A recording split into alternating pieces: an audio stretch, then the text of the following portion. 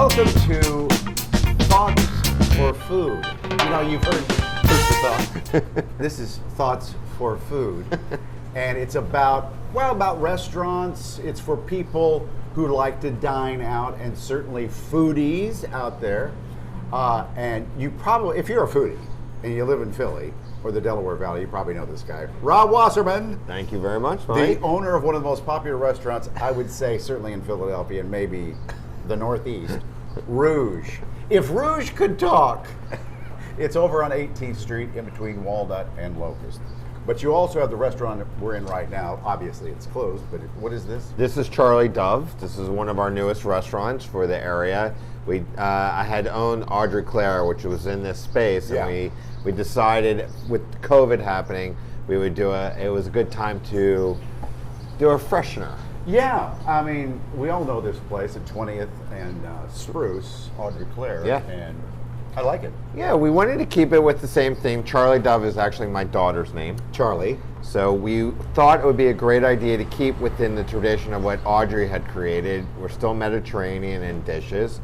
My partners here are some of the best talent in Philadelphia, John Taus and Nancy Benisi. And so it just all made sense to do it right now. You also have the place across the street.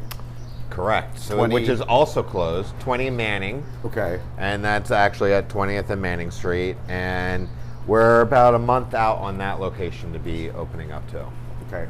We're shooting this, I guess you could call this a podcast, in May, around May 19th. Yes, the 19th of May. But you also have other restaurants. That's true. Let's go. So I am one of the partners of Snap Pizza, which is a local restaurant chain. We have about 11 of those, and we just actually opened up under that umbrella Big Dean's Hot Chicken, and we're up to 2 units of that too. And that's in grocery stores. Those are in the ShopRites, correct, in the local grocery store. And it was our take on going through that ghost kitchen that became very popular, which we can get into later.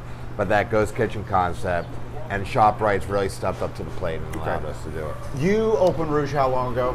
Wow. Well, Rouge opened up in 1998. And we took it over from the original owner, Neil Stein, my father-in-law, in 2004. Okay. By the way, I want to let you know that we're not on I-95 doing this. But if you ever do Audrey Claire, now Charley Dove, one of the great things about this restaurant is this big open windows. And so it's going to be a little bit noisy, and people are calling for reservations. And that's the restaurant business. And Rob's going to go. I'm going to go turn it off. Hey, John, do you want to throw that somewhere so we don't hear it? Do you know how to mute it? Lord, they didn't take no for an answer. Damn it! I want a reservation. All right. Now people are calling me.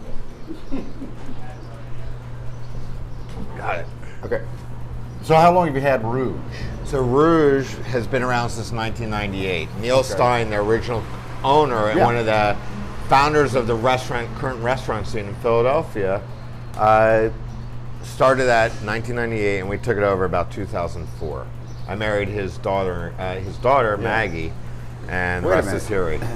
Is this how you got into the restaurant business? You married somebody's daughter? Oh yeah, I got suckered into this. This was definitely not the industry I was looking to get into. Listen, I love food, don't get me wrong, but this was like farthest from my feelings. What were you doing in '98? I was actually, I had just returned from my living abroad in Israel, and I had started getting into my family business, which is importing, exporting home decors and stuff of that nature from Asia. And so I was really involved in that for most of the time. And then I met Maggie in 1999, and the rest is history. Yeah.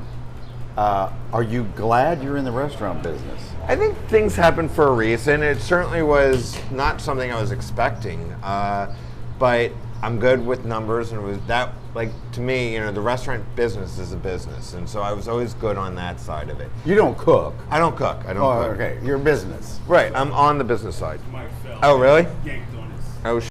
Sure. There's going to be more editing on this podcast. Oh, stop. This is the whole point, for us to kind of figure it out. That's darn right. All right. So, So I honestly, I didn't know anything about the business, but I started reading books, Restaurants for Dummies. I mean, like, it was the funniest thing. I had no clue about anything about the restaurant industry, but I understood business, and I felt if I could get in the back end and understand how to it was like cardiac arrest for Rouge at that time. I had to cut away the fat, and then trying to sustain what Neil had created, which was this pearl or gem. Oh yeah, of a restaurant. And so I had a much easier experience getting into the restaurant industry than most do. Than an amateur. Yeah, absolutely. Okay, there's I think a lot of people think they would like to own a restaurant. Eve, I've thought about it because we have this image and fantasy of, well, you'll sit at the bar and talk to the clients and the customers and drink a cocktail, and it's just fun. Is it fun? Listen, it has its moment like any other business. I think the grass is never greener on the other side. And a lot of people that, like you just said, would like to jump into the business or be a partner in the business, they don't realize it is a business. So it's not, you can't just be sitting there. You can't just be like schmoozing, which is part of it with the customers. But the nominal, as you see, we're here in the middle of the day. This restaurant doesn't open until 5 o'clock. But it's like buzzing. It's nonstop. Yeah, it's nonstop. So there's a business side of that you really have to have control over. And a lot of these creative people, the chefs, that romanticize, I'm going to be the next Bobby Flay, I'm going to be the next. Well, they get into the industry, and it's not like that at all. I mean, it's very few and far between that make it to that level of success.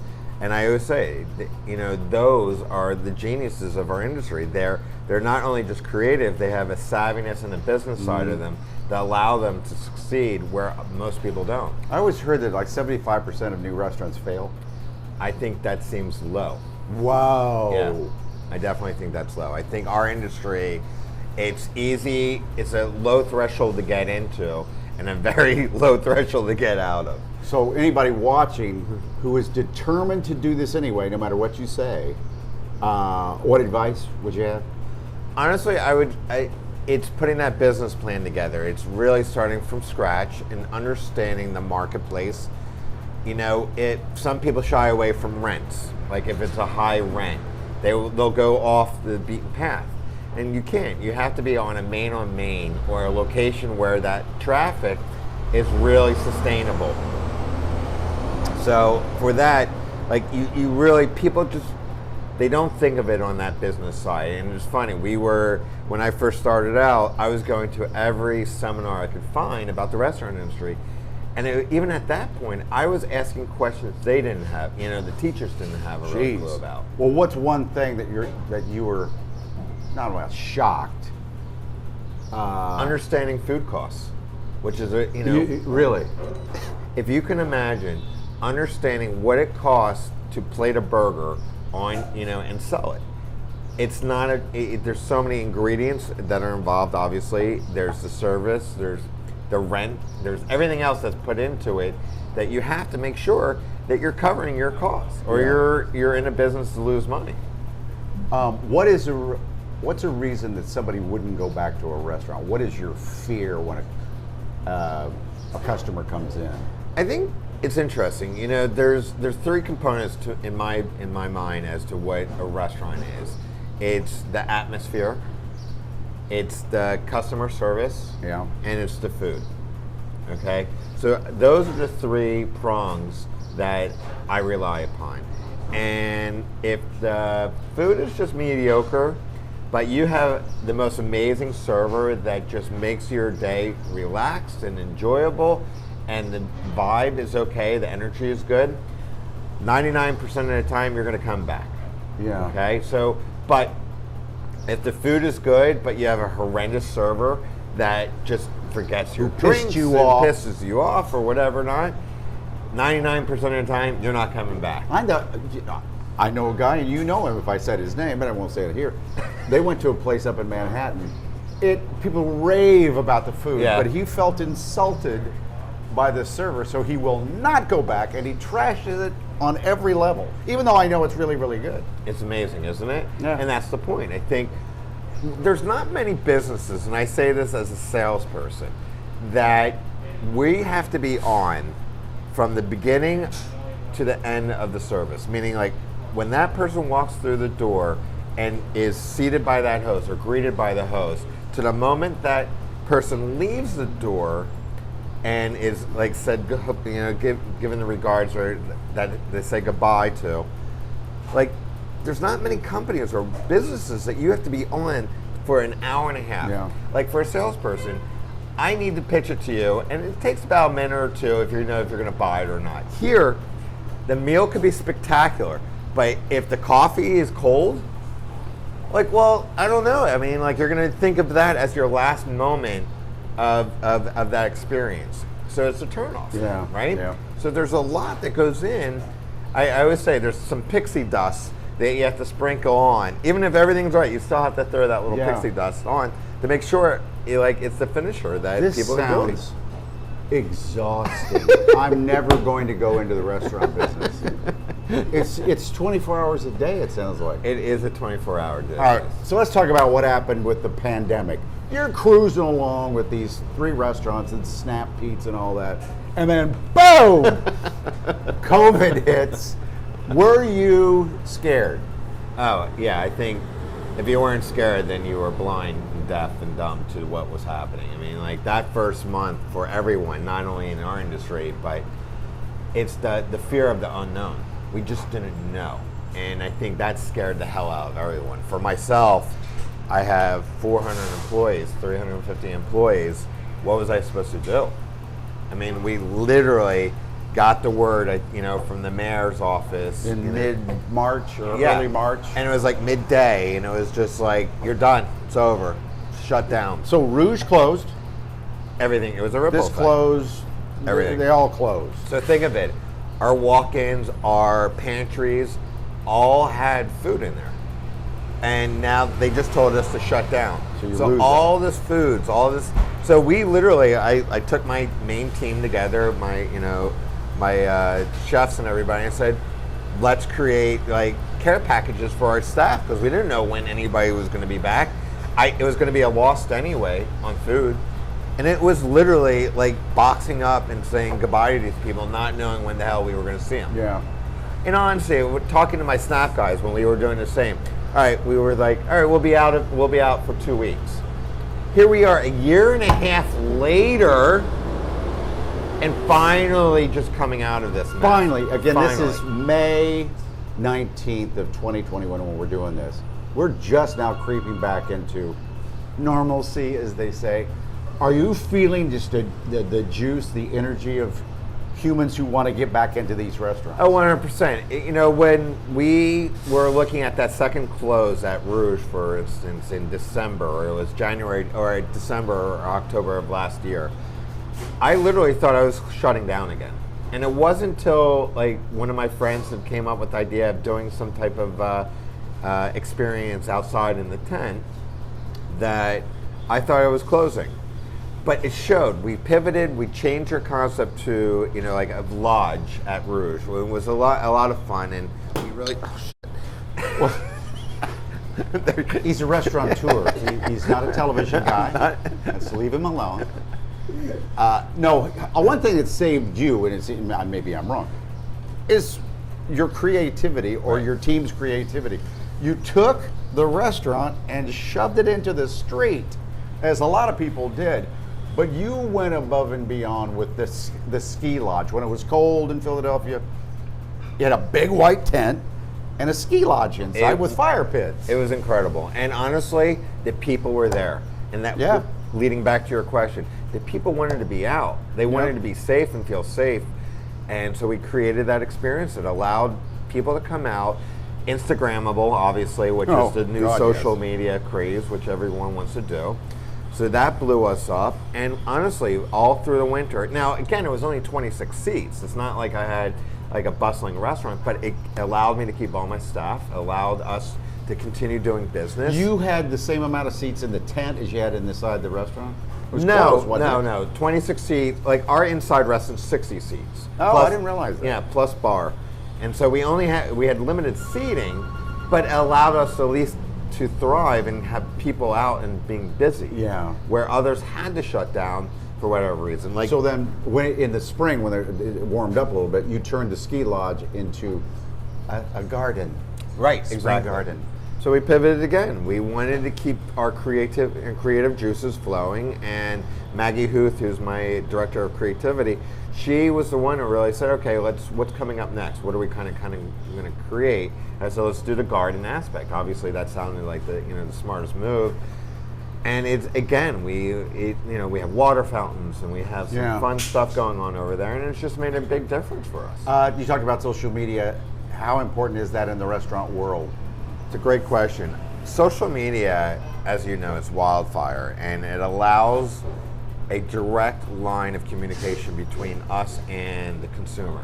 And that's never been the case before. Either it was advertising or marketing or whatever it was, but we never had this direct communication, instantaneous direct communication. And for us, it's been an amazing experience, especially because of the positivity that we threw out there with having that type of location. So it blew up, and that I can't thank enough the customers and everybody that wanted to be out, not only wanted to be out during this crazy period, but wanted to take that picture and have fun with it and like enjoy themselves. Well, the minute I saw it on your Instagram, which is what, the Rouge? 98 Rouge, yeah. 98 Rouge, I instantly, I want to go over there. I probably went over there like 15 minutes after I saw it. And I'll do the same thing with a beautiful picture of food. I'll go, I'm going to that place now or tonight. Which is incredible. I mean, like how many places or how many or companies or businesses have that flexibility to take an instant picture and see a reaction that quickly? Like that. So that. Do you have a social media team?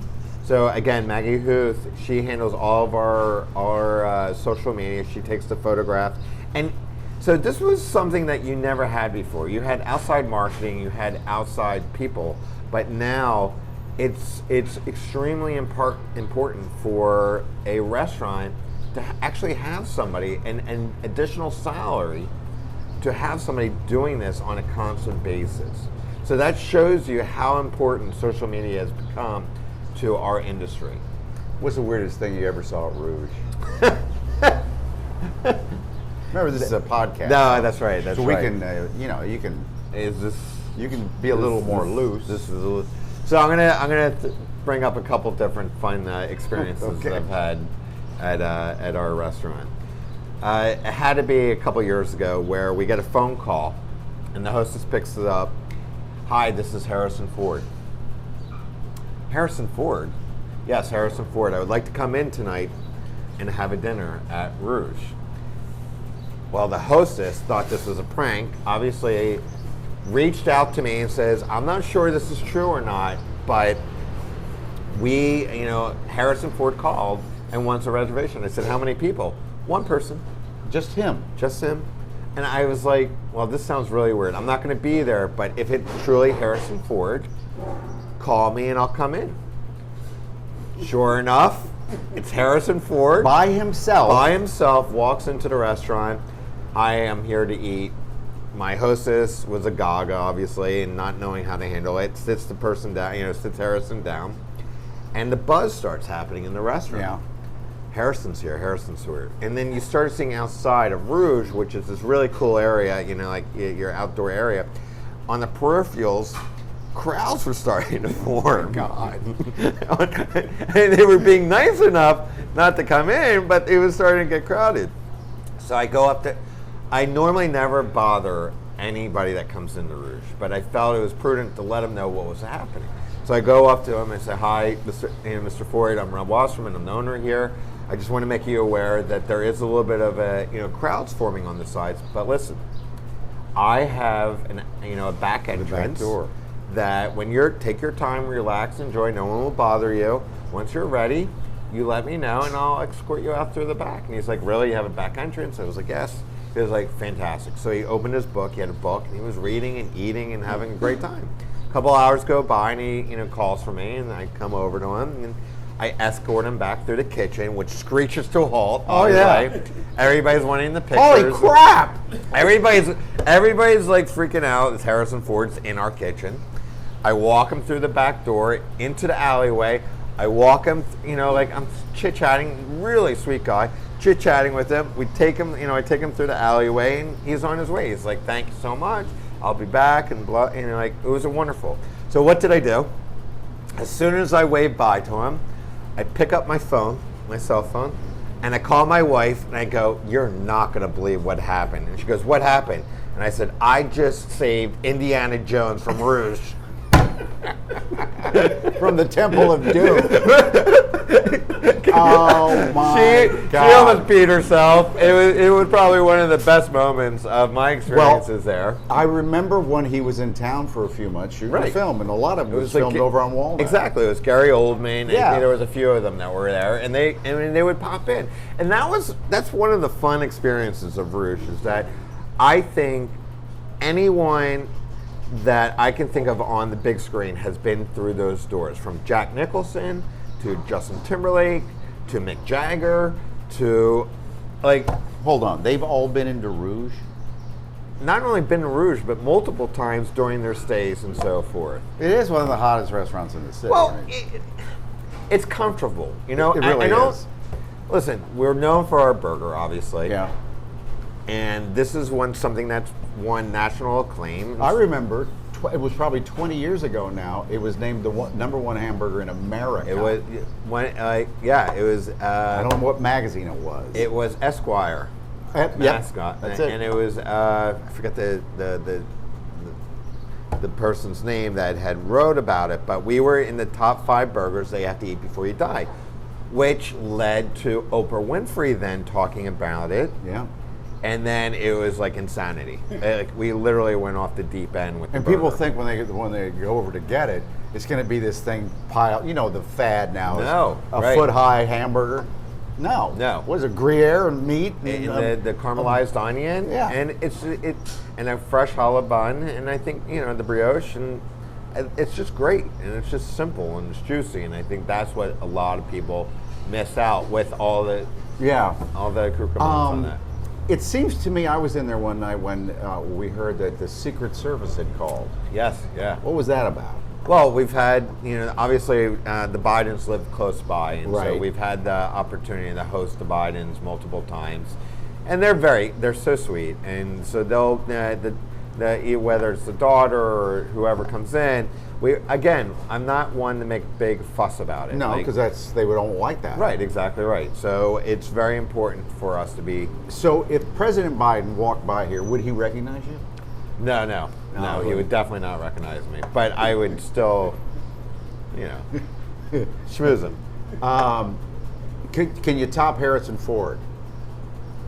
I mean, Mick Jagger's. Wait, that's pretty damn Wait, big. this is even better. Another good story. So it was Demi Moore was in town filming with a couple other people one night, and they came in obviously, and they were having themselves a fantastic time.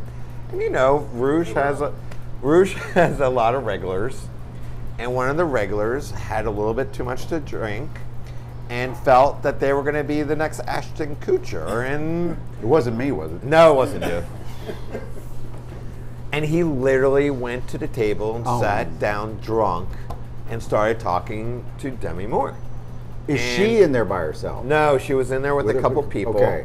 Oh, how embarrassing. So somebody panicked and ran back to me. I was in the back office somewhere, and they were like, "Oh my God, somebody sat down with Demi Moore. Like, we got to get him. So I walked up and I apologized, and I grabbed the guy and I said, "Listen, this is not happening," and I pulled him away. And she was very cordial about it, and obviously it must happen often enough that people come up to her. But and then Bruce Willis was in. He'll always be in because he's a nice guy. So, but they were in at separate times. Separate times. Yeah. But no, I think it's a fun experience there in that way. You always find randoms there that mix with the regulars and then the tourists. And so Rouge is almost like a piece of the fabric of Philadelphia, because it's so interwoven with with all the different areas of the business. And that's very hard to come by, and that's allowed us to be sustainable for 22 years. which is amazing feat for any restaurant. Yeah, let's get into this too. We're almost done, Mike. This is Because, long, Mike. well, yeah, but that's, some podcasts go on for an hour. Well, I think, But next time, you got to have a chair. Yeah.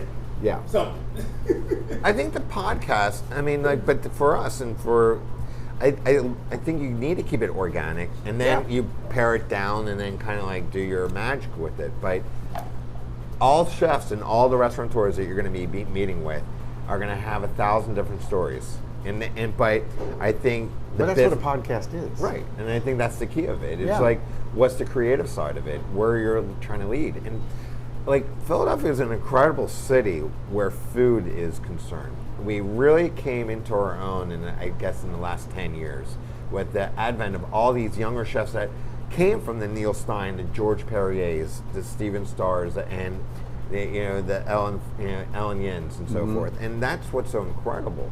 Like, we really have put ourselves on the map of the culinary world. And as you know, Michael Somonov, he has the #1 restaurant in the country. Yeah. That's incredible. For Is that us. Zahav? Or? That's Zahav, correct. Yeah. But that just shows you it's an Israeli restaurant, obviously, and so it shows you the character of our city that's so complex and has so many layers and ethnicities that allows us to succeed. If we were very vanilla and we were just a normal, like a simple town, you wouldn't have that complexity. And I think that's what's so much fun about Philadelphia. Like New York or any other cosmopolitan city, you just have this fun environment now. Well, let's just say this as we close. We're going to try to make this a regular thing for everybody who's interested in dining out and foodies out there. So contact me on Twitter, which is probably the best way to do it now, which is Mike at Fox29, and suggest which restaurateur you want us to talk to, what's your favorite restaurant, that type of thing. Okay? Perfect. Good to see you, Bob. As always. Congratulations Thank and you very much. continued success. And let's get it handled.